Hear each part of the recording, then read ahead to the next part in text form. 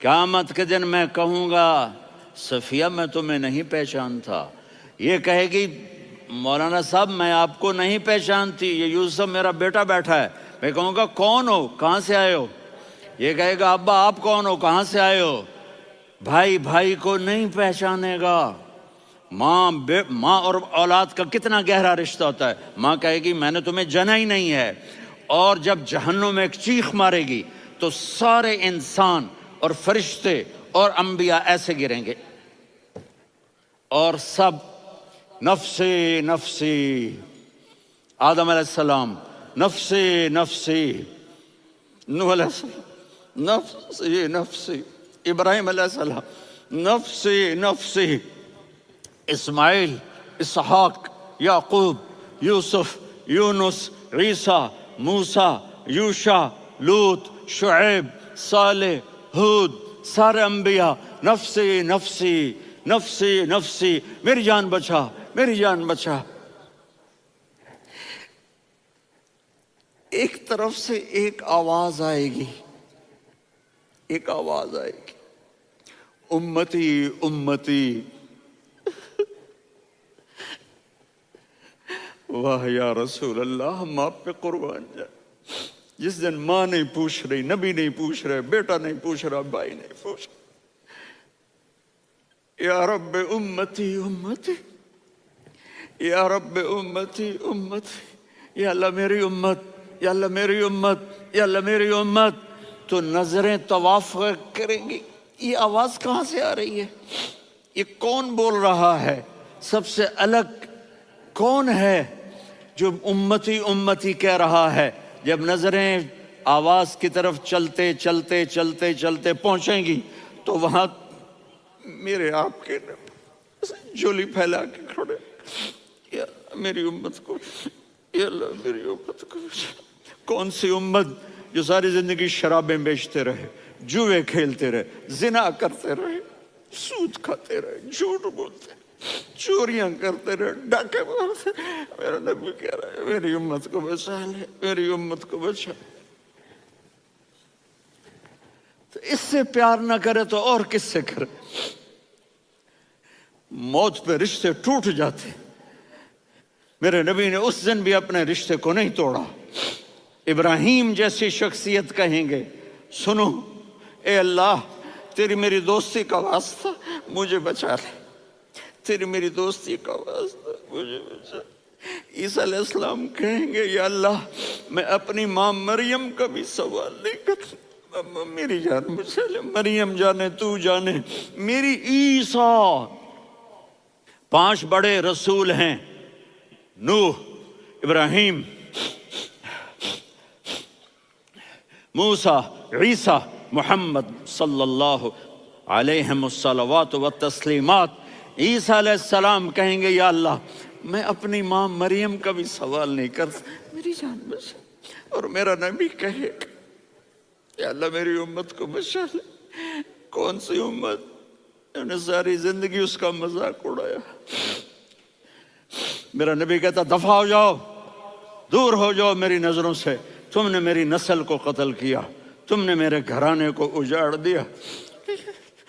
سب بلا یہ نہیں کہیں گے یا اللہ میری امت کے نیکوں کو بچا لے، میری امت کے متقی، میری امت کی رابعہ بصری، جنید بغدادی کو بچا، نہیں یا اللہ ساری امت کو میری جھولی میں ڈال دے، ساری امت کو میری جھولی میں ڈال۔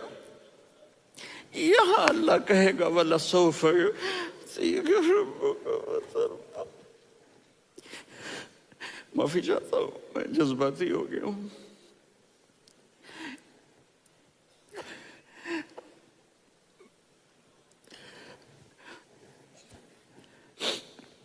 میرے بھائی بہنوں، میرے بچوں، تھوڑی سی زندگی ملی ہے، تھوڑی سی زندگی ملی ہے، اپنے حبیب کی زندگی کو اپنا لو۔ میں تھوڑے تھوڑے اشارے کر کے بتا دیتا ہوں۔ جب آپ بیٹے ہیں تو آپ کہہ رہے ہیں کاش میرے ماں باپ زندہ ہوتے، میں ان کی خدمت کرتا۔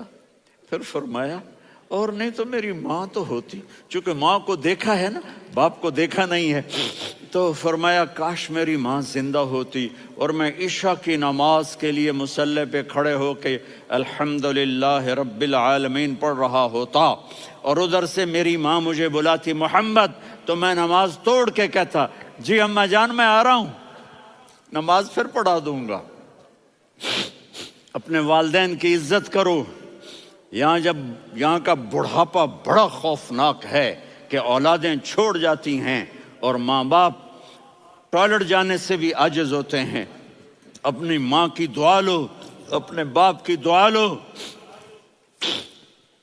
میرے نبی نے فرمایا ہاں عمر، میرے بعد ایک آدمی آئے گا، اس کا نام ہوگا اویس، اور وہ قرن کی شاخ سے ہوگا۔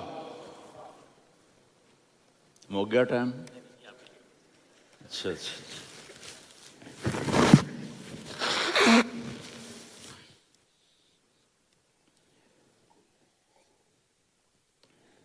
اس سے دعا کرانا، علی آپ بھی، عمر آپ بھی۔ یا رسول اللہ کس لیے؟ کہ اس نے ماں کی ایسی خدمت کی ہے کہ جب ہاتھ اٹھاتا ہے اللہ اس کے ہاتھ خالی نہیں لوٹاتا۔ حضرت عمر رضی اللہ تعالی عنہ نے حج کے موسم پر سارے حاجی کھڑے کر لیے، کہا بھائی یمن والے کھڑے رہو، باقی بیٹھ جاؤ۔ تو بیٹھ گئے۔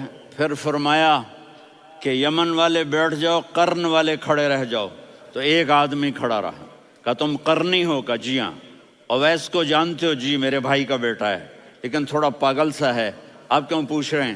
حضرت عمر نے فرمایا وہ نہیں، تو پاگل ہے۔ کدھر ہے؟ کہا جی اونٹ چرانے گیا ہے ادھر عرفات کی طرف۔ تو آپ نے حضرت علی کو ساتھ لیا اور دوڑ لگائی سواری پر۔ دیکھا تو اویس کرنی ایک کیکر کے نیچے نماز پڑھ رہے تھے اور اونٹ چر رہے تھے۔ تو جب انہوں نے دیکھا کہ دو آدمی آ کے بیٹھ گئے تو انہوں نے نماز شارٹ کٹ کر دی۔ تو حضرت عمر نے پوچھا کون ہو بھائی؟ کہا جی میں مزدور ہوں۔ کہا تیرا نام کیا ہے؟ کہا جی اللہ کا بندہ۔ کہہ رہے بھائی تیری ماں نے تیرا نام کیا رکھا ہے؟ اس نے تو نہ حضرت عمر کو دیکھا تھا نہ علی کو۔ وہ کہنے لگا بھائی تم کون لوگ ہو میرا انٹرویو کرنے والے؟ یہ تو میں اپنی زبان میں کہہ رہا ہوں۔ تو حضرت علی بولے کہ بھائی یہ ہیں امیر المومنین عمر بن خطاب اور میں ہوں علی بن ابی طالب۔